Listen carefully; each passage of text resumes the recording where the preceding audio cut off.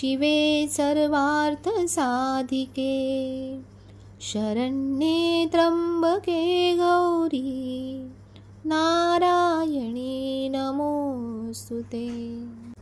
Hello, नमस्कार, कसे आहात सर्व? मस्त आहात ना? मस्तच राहा।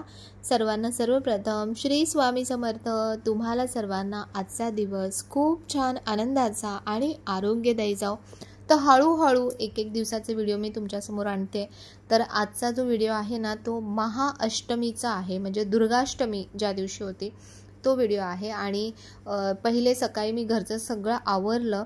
माझी जी पूजा आहे रोजची, म्हणजे जी मांडणी होती देवीची ती बाकी होती, पण पहिले मला आईंकडे जायचं होतं, म्हणजे सासूबाईंकडे, कारण आईंकडे पण घट बसवतात आणि होम करायचा होता। तर आई म्हणाला की तू ये, आणि मग आम्ही असं खूप छान व्यवस्थित असा होम झाला। म्हणजे बाबा संपूर्ण जो दुर्गा सप्तशतीचा संपूर्ण 13 अध्यायांचा जो पाठ आहे तो संपूर्ण अध्यायांचा पाठ घेऊन अशा प्रकारे होम केला जातो। आणि त्यानंतर मग आम्ही आमच्या इथे जे मंदिर आहे, जे ग्रामस्थ दैवत आहे, म्हणजे जरीमरी तिसाई माता, अतिशय जागृत असं हे देवस्थान आहे। तर मी दरवर्षी आहे ना माझं म्हणजे असं म्हणजे असतं मनात की मी अष्टमीलाच ओटी भरावी। अष्टमी हा दिवस आहे ना खूप खूप खूप प्रभावी मानला जातो देवीची ओटी भरण्यासाठी, देवीची उपासना करण्यासाठी। नवरात्र, संपूर्ण नवरात्र तर असतेच, पण अष्टमी आणि नवमीला ना विशेष महत्त्व असतं। तर म्हणून म्हणजे विचार केला होता आणि नेमकं तसंच झालं की तिथे होम झाला। त्यानंतर दुपारचा वेळ होता, तर दुपारी म्हटलं चला गर्दी कमी असेल, आणि म्हणून मग मी इथे आली। आणि त्यानंतर माझी छान ओठीही भरून झाली। याचा छान व्हिडिओसुद्धा, म्हणजे शॉर्ट क्लिपसुद्धा मी तुमच्यासोबत शेअर केली आहे। आणि जसं घरी आलो तसं इतक्या जोरात पाऊस सुरू झाला, आणि तो पण अगदी प्रखर अशा उन्हामध्ये एकदम जोराचा पाऊस पडत होता। एकदम वेगळंच वातावरण, म्हणजे श्रावणामध्ये तरी बघा उन्हामध्ये अगदी हलक्या हलक्या सरी येतात, पण ही सर नव्हती, जोराचा पाऊस सुरू होता। पाऊस हलका असो किंवा जोरात असो, पण झाडं ना एकदम मस्त अशी सुखावतात, आणि त्या झाडांकडे बघून आहे ना मला पण खूप भारी वाटतं। जे थेंब पडतात ना पावसाचे ते बघा किती टपोरे आणि किती सुंदर दिसतात। तर आता मी संध्याकाळी, म्हणजे जे माझं महागौरी आजची जी स्वरूप आहे देवीचं, ते महागौरीचं स्वरूप आहे। तर म्हटलं चला आज थोडंसं ना वेगळी मांडणी करूया। तर हे जे फूल आहे कमळाचं, तर हे मी बाप्पा मोरया स्टोअरमधून मागवलं आहे। आणि हा जो साचा आहे, बऱ्याच ताईंनी विचारलं, कारण ह्याचा मी शॉर्ट व्हिडिओ पोस्ट केला होता। तर हा जो साचा आहे ना हा एका ताईकडून मागवला आहे। तर तिचा नंबर मी तुम्हाला डिस्क्रिप्शन बॉक्समध्ये देईन, ज्यांना कोणाला हवा असेल तर तुम्ही नक्कीच मागवू शकता। ह्याचासुद्धा आधी मी व्हिडिओ केला होता, दाखवले होते हे साचे। तर हा साचा मी आज इथे पूजेमध्ये मांडणार आहे। तर म्हटलं खाली अष्टदल कमळ तर काढलं होतंच मी तांदळाने, पण त्याच्यावरती हे पण कमळ ठेवूया आणि कमळामध्ये आज देवीला बसवूया, खूप सुंदर वाटेल। आणि बघा म्हणजे तो साच्याचा जो साईज आहे ना हा थोडा मोठा आहे, त्यामुळे कमळाच्या ज्या पाकळ्या आहेत या तर त्या अशा फुलतात, खूप सुंदर दिसतात। अशी पट्टी भेटते याच्यासोबत, आणि ही पट्टी आपण अशी मधल्या भागामध्ये लावली ना तर कमळाच्या पाकळ्या अशा वरती होतात। पण जो साच्याचा शेप आहे खालचा तर तो असा चौकोनी शेप आहे, त्याच्यामुळे ते अगदी व्यवस्थित दिसत नाही आहे। पण जेव्हा आपण कलशाची मांडणी करतो, म्हणजे महालक्ष्मीच्या वेळेला सुद्धा, म्हणजे मार्गशीर्ष महालक्ष्मीच्या वेळेला जेव्हा आपण मांडणी करणार, तर तेव्हा कलशाची जेव्हा मांडणी करतो ना तर तेव्हा अगदी परफेक्ट आपला जो कलश आहे ना या कमळामध्ये एकदम व्यवस्थित बसलेला दिसेल। तर अशा प्रकारे काही गोष्टी मी घेऊन ठेवते, म्हणजे कधीही पूजेसाठी आपल्याला काही वेगळं असं मांडायचं वाटलं तर आपण तेव्हा मांडू शकतो। तर बघा किती सुंदर दिसतंय। देवी कमळावरती आसनस्थ आहे, आणि मागच्या साईडला सुद्धा कमळ आहेत, तर तो रंग अगदी खुलून दिसतोय याच्यासोबत। आणि हा आहे देवी महागौरीचा मुखवटा। आणि मुखवटा जेव्हा फक्त म्हणजे मुखवटा असतो ना तेव्हा खरंच अगदी सिंपल दिसत होता, पण जेव्हा एक गोष्टी लावत गेली, त्याला एक शृंगार होत गेला, तेव्हा आणखीनच ते म्हणजे महागौरीचं रूप आहे ना ते आणखीनच 10 पटीने सुंदर दिसायला लागलं। तर दुर्गा पूजेच्या 8व्या दिवशी देवी महागौरीची पूजा केली जाते। महागौरीची पूजा केल्याने सर्व पापे धुवून जातात। भविष्यात पाप, संताप, दुःख त्यांच्याजवळ कधीही येत नाही। तो सर्व प्रकारच्या पवित्र आणि अक्षय पुण्याचा अधिकारी होतो असं म्हटलं जातं। या देवीचा रंग जो आहे ना तो पूर्णतः गोरा आहे, आणि या गोऱ्या पराची उपमा शंख, चक्र आणि कुंदाच्या फुलापासून दिलेली आहे। या देवीचे वय 8 वर्ष मानलं जातं। अष्टवर्षा भवेद गौरी, तिचे वस्त्र आणि आभूषण देखील श्वेत रंगाचे आहेत. महागौरीला 4 भुजा आहेत. वृषभ तिचे वाहन आहे. तिच्या वरील उजव्या हातात अभयमुद्रा आणि खालील उजव्या हातात त्रिशूळ आहे. तर वरच्या डाव्या हातात डमरू आणि खालील डाव्या हातात वरमुद्रा आहे. महागौरी अत्यंत शांत स्वभावाची आहे. आपल्या पार्वती रूपात तिने भगवान शंकराला पती रूपात प्राप्त करण्यासाठी कठोर तपस्या केली होती. गोस्वामी तुळशीदास यांच्या अनुसार तिने भगवान शंकराला पती करण्यासाठी कठोर संकल्प केला होता. जन्म कोटी लगी रगर हमारी, बर ओम शंभू नतरह ओम कुमारी. या कठोर तपस्येमुळे तिचे शरीर काळे पडले होते आणि तिच्या कठोर तपस्येवर प्रसन्न होऊन भगवान शंकरांनी तिला गंगेच्या पवित्र पाण्याने आंघोळ घातल्यावर ती अत्यंत गोरी दिसू लागली. तेव्हापासून तिला महागौरी या नावाने संबोधले जाते. देवी महागौरीचे स्मरण पूजा भक्तांसाठी सर्वाधिक कल्याणकारी आहे. आपण नेहमी तिचे ध्यान केले पाहिजे. तिच्या कृपेमुळे अलौकिक सिद्धी प्राप्त होते. महागौरी भक्तांचे संकट अवश्य दूर करते. तिच्या उपासनेमुळे अशक्य कार्य शक्य होते. तिला शरण जाण्यासाठी आपण अधिक प्रयत्न केला पाहिजे. देवी महागौरीचा महिमा अशा प्रकारे पुराणात वर्णिलेला आहे.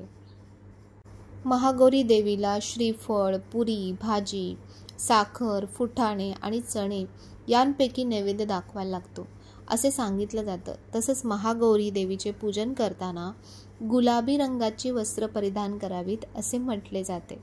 महागौरी देवी गृहस्थाश्रमाची असून गुलाबी रंग हे प्रेमाचे प्रतीक मानले गेले आहे आणि महागौरी देवीचे पूजन केल्यानंतर यथाशक्ती यथासंभव मंत्राचा जप करावा असेही सांगितलं गेलेलं आहे.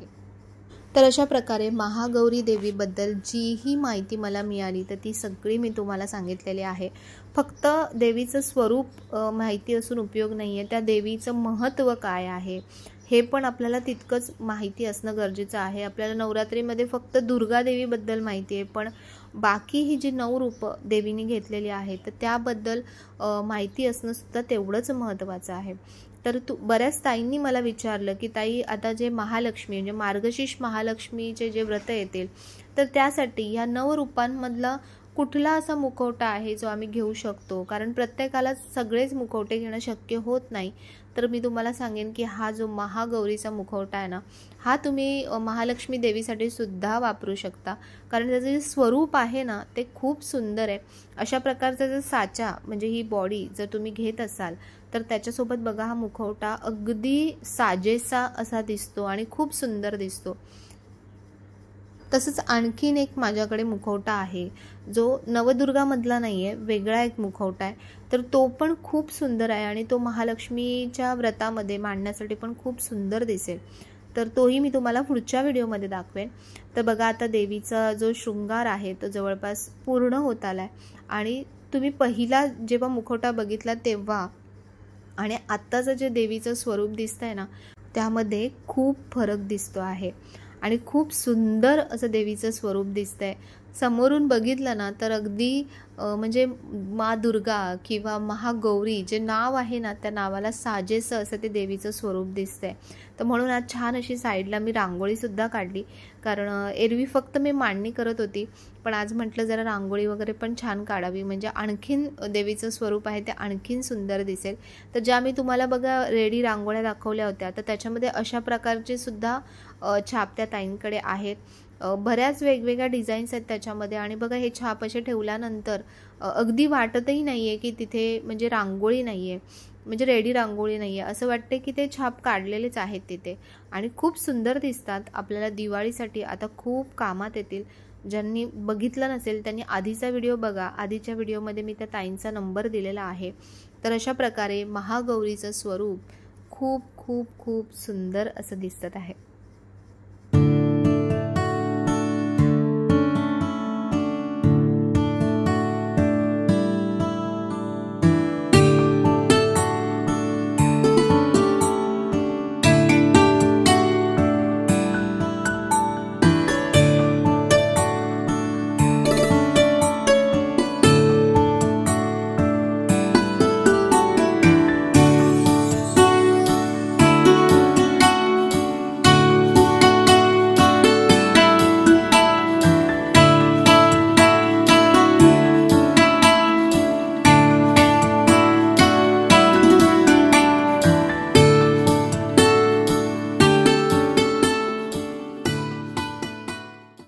आज होती महाअष्टमी, दुर्गाष्टमी, तर म्हणून मी कुंकुमार्चन करून घेतलं. तर बरेच जण विचारत होत्या की आपण नवरात्रीमध्ये कशा प्रकारे कुंकुमार्चन करायचं आहे.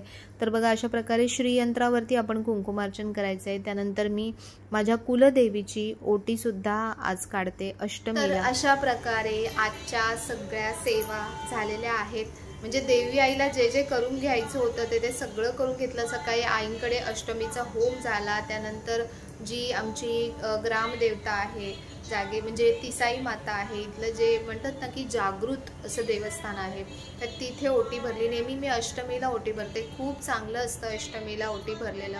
त्यानंतर माझी जी कुलदेवी आहे तिची पण मी अष्टमीलाच ओटी काढते. त्यानंतर कुंकुमार्चन झालं आणि आजचं जे रूप होतं ते महागौरीचं रूप होतं आणि साक्षात महागौरी समोर बसलेली आहे असंच वाटतं. एक एक जो मुखवटा आहे ना, फक्त जेव्हा मुखवटे जेव्हा आले होते सुरुवातीला माझ्याकडे, तर तेव्हा असं वाटलं की काय करणार आहे या मुखवट्याचं वेगवेगळं एवढं. आणि तुम्ही रोज बघताय की जसं जसं देवी सजते, जसं जसं रोजचं तिचं रूप येतंय, काहीतरी वेगळंच त्यातून निघतंय. आणि खरंच तुम्हाला अगदी प्रामाणिकपणे मनापासून मी सांगते की मी सुरुवातीला किंवा म्हणजे जसं म्हणतात ना की 1-2 दिवस आधीपासून प्लॅन करून ठेवेन की आता म्हणजे ह्या मुखवट्याला मी हे लावेन, असं सजवेन, असं कधीच होत नाही. आज तर इतकी धावपळ होती ना की मला सकाळपासून आधीचा जो काल रात्रीचा जो मुखवटा होता तो बदलता सुद्धा आला नाही. आत्ता मी संध्याकाळी घरी आल्यानंतर संध्याकाळी हे सगळं म्हणजे देवीचं सगळं साज शृंगार जो आहे तो संध्याकाळी केला. तर मग त्याच्यामुळे आयत्या वेळेला माझ्या डोक्यात आलं की देवीला आज म्हणजे कलशावरती मांडण्यापेक्षा आपल्याकडे हा जो साचा आहे तर या साच्यावरती आज देवीला मांडूया. आणि खरंच बघा, जो म्हणजे मुखवटा आहे, देवीचे हातपाय आहेत, तर ते अगदी सेम होत आहेत. म्हणजे त्याच्यामुळे ते आणखीनच जिवंत आणि आणखीनच खूपच छान दिसतंय. आणि बघा, देवीची आरास किती सुंदर वाटते. ही आरास इतकी म्हणजे प्रत्येक मुखवट्याची किंवा प्रत्येक रूपाची, देवीच्या मुखवटा म्हणण्यापेक्षा प्रत्येक स्वरूपाची इतकी सुंदर आरास होते ना की पुढच्या दिवशी मला काढायला सुद्धा मन होत नाही. ते इतकं सुंदर होतं. तर ती देवीची शक्ती आहे, ती देवीचीच इच्छा असते आणि त्याच्यामुळे या सगळ्या गोष्टी होत असतात. तर हे जे नवरात्रीचे दिवस आहेत ते खूप छान गेले. तुम्हाला पण सगळ्यांना खूप छान गेले असतील. आणखी उद्याचा जो दिवस आहे तो नवमीचा आहे. आज आईंकडे होम असतो म्हणून मी सगळं इथे ठेवत नाही, कारण एका दिवशी मला सगळं जमत नाही करायला. तर उद्या नवमीला मी घरात छोटासा माझा होम करणार आहे आणि त्यानंतर संध्याकाळी कन्यापूजन करणार आहे. तर मागच्या 2 वर्षांचे व्हिडिओ आहेत आपले की होम कसे करायचे. आता ज्यांनी अष्टमीला केला नसेल तर ते नवमीला सुद्धा करू शकतात. तर घरच्या घरी छोटासा आपला होम कसा करायचा. आता याच्यामध्ये बऱ्याच जणांना प्रश्न असतील की ताई, आम्ही घट मांडला नाहीये तर मग आम्ही होम करू शकतो का, कन्यापूजन करू शकतो का? नक्कीच करू शकता.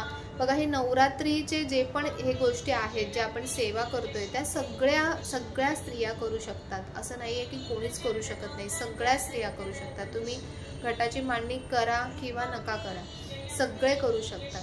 तर त्याच्यामुळे करा नक्की. आपल्या घरामध्ये त्याचे जे देवीचे आशीर्वाद, तिचे जे म्हणजे तिचा जो वास आहे ना तो आपल्या घरामध्ये नेहमी जाणवतो आपल्याला. तर म्हणून या सगळ्या गोष्टी करायच्या. आपण जेव्हा करणार ना तेव्हाच आपली मुलं बघणार आणि मग ते पण पुढे त्या गोष्टी करणार. तर म्हणून करत राहायचं असं छान. खूप आपल्या मनाला ज्या गोष्टीने समाधान मिळतं ना, ज्या गोष्टीने आनंद मिळतो ना, त्या गोष्टी नक्कीच करायच्या. आणि मी तुम्हाला खरं सांगू की बाकी काहीच असं नाही आहे जगात की ज्याने तुम्हाला समाधान मिळेल, पण देवाची सेवा किंवा देवांचे शृंगार किंवा देवाची जी पूजा ही केल्यानंतर तुमच्या मनाला जे समाधान मिळेल ना, ते जगात कुठलीच गोष्ट पैसा देऊन सुद्धा तुम्हाला ते समाधान मिळणार नाही. इतकं ते अमूल्य आणि असं मौल्यवान आहे. तर त्याचा आनंद तुम्ही पण घ्या, हीच माझी इच्छा आहे. आणि माझा चेहरा असा जरा थकल्यासारखा, कारण सकाळपासून कंटिन्यू जे सुरू आहे ना ते सुरूच आहे आज.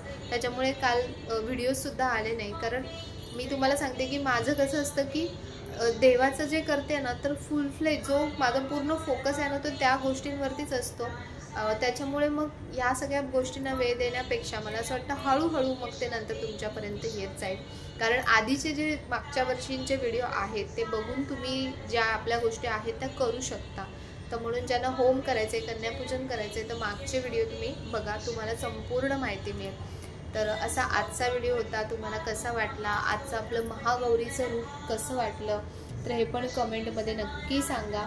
व्हिडिओ आवडला असेल तर व्हिडिओला नेहमीप्रमाणे लाईक करा, शेअर करा, सबस्क्राईब करा. पुन्हा भेटूया उद्याच्या नवीन व्हिडिओमध्ये. तोपर्यंत सर्वांना बाय आणि सर्वांना श्री स्वामी समर्थ.